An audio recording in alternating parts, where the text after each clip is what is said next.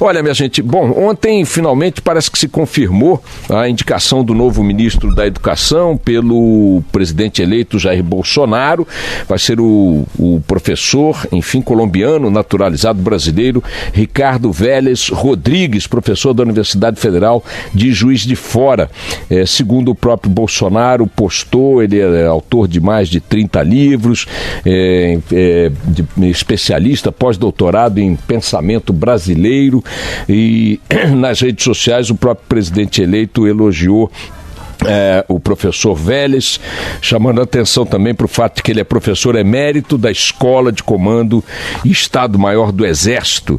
A indicação de Vélez, que é, enfim, considerado um pensador conservador e tal, foi endossada, portanto, pela bancada evangélica, que foi quem se opôs ontem e anteontem ao movimento na própria equipe do Bolsonaro para que o próximo ministro da Educação fosse o presidente do Instituto Ayrton Senna, né, o Mozart Ramos, né, que é considerado mais moderado, uma figura com outra abordagem da questão da educação como um todo.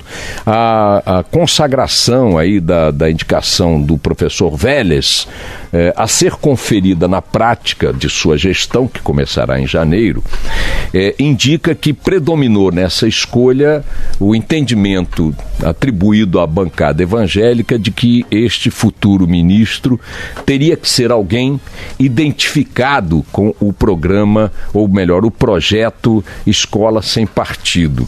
Eu ontem estava insistindo numa crítica à redução da discussão em torno da escolha de um ministro da Educação e do próprio tema, debate sobre a educação brasileira, a este projeto especificamente. Lembrando que, por mais que se queira avançar na discussão pública, parlamentar e política de um determinado projeto que se dê na área da educação, este projeto sozinho não é a educação no seu conjunto. Nós temos problemas na educação muito mais graves, mas assombrosamente mais graves, do que a discussão de gênero, de religião e de política, ideologia dentro de sala de aula. Esta é uma questão que precisa ser discutida, a sociedade quer discutir, parlamentares querem discutir, criar mecanismos ou entendimentos, enfim, ou uma cultura que preserve, poupe o ambiente da sala de aula de pregação de natureza ideológica, de gênero ou religiosa, ou que seja, nada contra essa discussão, mas você escolher um ministro ou deixar de escolher um ministro da educação em função do seu posicionamento frente a estas questões ou a este projeto é um reducionismo criminoso diante de algo que o próprio presidente eleito ontem disse, que o Ministério da Educação é tão importante que o futuro do Brasil depende da educação, o que é óbvio, né? O que é óbvio, mais uma vez repetindo, se você fizer aí movimentos na área da segurança, que façam investimentos bem pontuais, bem conduzidos, bem geridos, investimentos em inteligência, investimentos em qualificação profissional dos policiais, etc. e tal, você pode ter um impacto significativo na área da segurança muito rapidamente. Está aí o ministro da Justiça, o próximo ministro da Justiça, dizendo que vai atacar o crime organizado através da inteligência, né, das ações em cima do patrimônio das quadrilhas, dos recursos financeiros das quadrilhas. Se isso funcionar com ações de fronteira, etc. e tal, pontualmente, em 2-3 anos o perfil da violência no Brasil sofre um baque bastante significativo para melhor. A mesma coisa você pode dizer na saúde pública. Se você fizer um mutirão nacional para valer, envolvendo prefeituras, estados e tal, e o governo federal com recursos bem administrados e tal, na área da saúde e tal, você tem um impacto significativo na área da saúde pública bastante expressivo em pouco tempo, histórico, 3 anos, 4 anos, 2 anos. Ou seja, há áreas em que basta que a gestão mude, a política mude, o viés da ação pública mude, para que esta área sofra consequências positivas muito rapidamente. Na educação, não. Se você fizer tudo direitinho na educação brasileira a partir de hoje, daqui a uma geração a coisa vai ter o reflexo melhorado, o reflexo conquistado, porque não se consegue produzir resultados na educação que sejam medidos por ano, eles são medidos por décadas. Você começa a educar adequadamente uma comunidade de crianças, um coletivo de crianças num determinado lugar, numa comunidade onde elas não tinham esse tipo de recurso, esse tipo de acesso, esse tipo de atendimento, é daqui a 10 anos, 20 anos que isso vai produzir uma consequência real. Então a educação é o buraco maior que nós temos diante de nós. E a educação brasileira, para pegar apenas 3 dados que eu colhi aqui, se você entrar na internet, você escolhe 50 dados do gênero diferentes, vou dar o seguinte, ó, o Brasil está na 79ª posição no IDH, o Índice de Desenvolvimento Humano da ONU. Pelo 2º ano consecutivo, nós ficamos estagnados nessa posição. É tão vexatória que ela está atrás da Venezuela.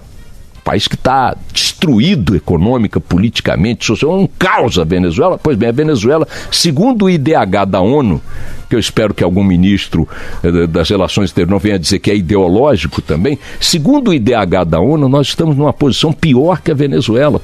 Sabem por quê? Porque um dos indicadores levados em conta para se definir o IDH, que é o Índice de Desenvolvimento Humano, é o indicador da educação. E na área da educação, os nossos números são tão deploráveis que o indicador geral do Brasil foi puxado para baixo, impondo uma estagnação que talvez não existisse se nós estivéssemos fazendo alguma coisa que prestasse na educação pública. Outro indicador, o estudo da Varker Foundation, foi divulgado há poucas semanas, aí, um pouco mais de um mês talvez, mostrou que o Brasil está na última posição no ranking dos países pesquisados em termos de valorização do professor. O status do professor aos olhos da sociedade brasileira, medido por esse indicador da Rankin Foundation, é o pior de todos dentre os países pesquisados. Somos lanterninhas de prestígio, de status do professor nesse ranking global. Querem outro número? 25 milhões de jovens brasileiros entre 14 e 29 anos estão fora de escola. Não tem negócio de escola, faculdade, universidade, primário, secundário, não tem nada, não existe. São 25 milhões de jovens fora das escolas. Então, um país com esses números não pode ficar achando que o seu problema na educação é o projeto Escola Sem Partido.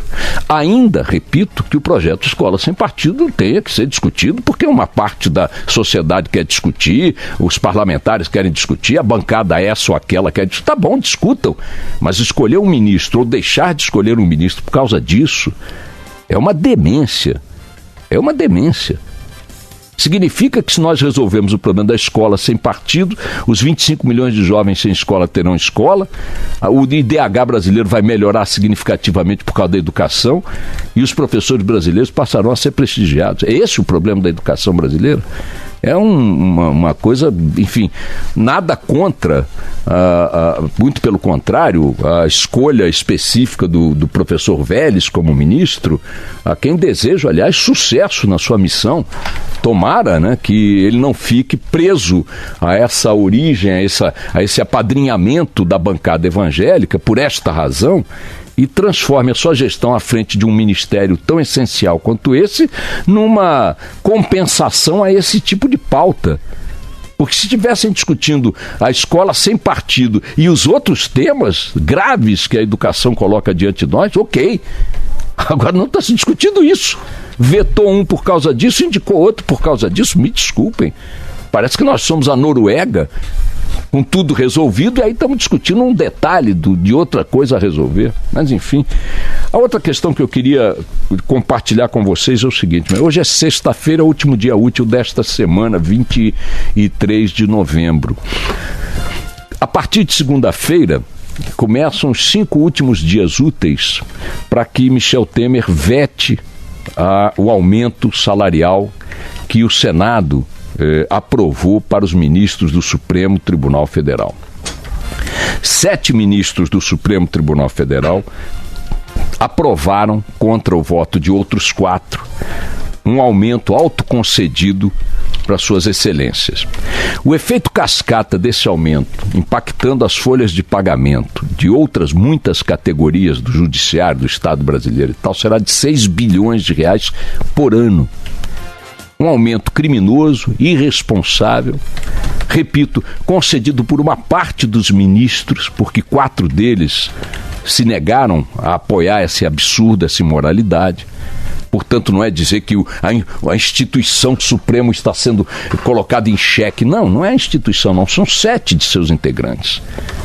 4 entenderam que isso seria uma impropriedade.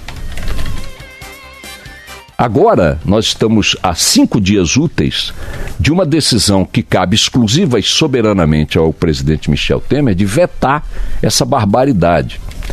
Criaram um movimento na internet para um abaixo-assinado virtual chamado #VetaTemer. Se você entrar aí na internet, no seu celular agora, no seu computador, no seu laptop e digitar #VetaTemer, coisa que eu já fiz ontem para aderir, você vai lá subscrever este abaixo-assinado nacional para que o presidente Temer seja colocado diante de seu próprio discurso em 30 meses de governo, de que precisava reduzir os gastos do Estado brasileiro, os desperdícios, etc. Olha, a crise fiscal, o buraco econômico, etc. Num país com... Ele está entregando o governo dele, o Temer, com 12 milhões de desempregados. Ele vai deixar o governo com 12 milhões de brasileiros desempregados. Ele não pode, sob nenhum aspecto, fugir da responsabilidade, com sua própria biografia, se é que ele tem algum cuidado com ela, de, diante do espelho, ser minimamente coerente com o que fez e discursou durante 30 meses. Se ele conceder o seu aval, a sanção presidencial a esse aumento do Supremo, ele cospe na própria cara no espelho, porque foi ele que liderou no governo o discurso da necessidade de cortar despesas, etc, etc, embora ainda tenhamos aí muitos ministros usando jatinhos para subir para baixo. Mas, olha, 5 dias para que a sociedade brasileira, 5 dias úteis, embora sábado e domingo você possa aderir ao abaixo-assinado, para que a sociedade brasileira coloque milhões e milhões, já tem 2 milhões e poucas assinaturas já, mas tem que ter muitos mais milhões, para que o senhor Michel Temer sinta um pouco de calor das ruas, ainda que não seja pelas ruas, para tomar uma decisão que seja minimamente decente nesse caso. É impressionante que ele ainda não o tenha feito. Talvez ele esteja vivendo a ilusão de que, prestando esta vassalagem a uma parte do Supremo, ele conseguirá aí algum tipo de alforria para futuros processos. Viverá o dissabor de descobrir que não. E mais, o Supremo está chantageando o Brasil com a questão do auxílio moradia, dizendo que só cancela o auxílio moradia depois que receber o aumento imoral que se autoconcedeu. Vejam se isso é uma maneira de se comportar estando na posição que os ministros do Supremo estão. É assintosa essa conduta, mas eu quero chamar a atenção para alguém que possa estar achando que isso aqui é uma afronta ao Supremo, que negar este aumento ao Supremo é uma afronta à instituição. A instituição está dividida diante dessa imoralidade. 4 ministros não a endossaram. Temos os nomes aqui, Boechat. Por favor. Os que Rosa votaram Weber contra a inclusão do reajuste na proposta: Edson Fachin, Rosa Weber, Celso de Mello e Carmen Lúcia. Pronto. Então é o seguinte, prestigiemos o Supremo de Fachin, Rosa Weber, Carmen Lúcia e Celso de Mello nesta questão. Não é uma afronta ao Supremo negar essa imoralidade, esse aumento indecente, criminoso, repito, num país com 12 milhões de desempregados, numa crise fiscal enorme, num final de governo, com um governo assumindo daqui a poucas semanas, jogar uma batata quente em cima do sucessor, das contas públicas. O Temer não tem como fugir a essa responsabilidade. #VetaTemer. Tem esse gesto de chefe de Estado pelo menos uma vez na vida. Toca o barco.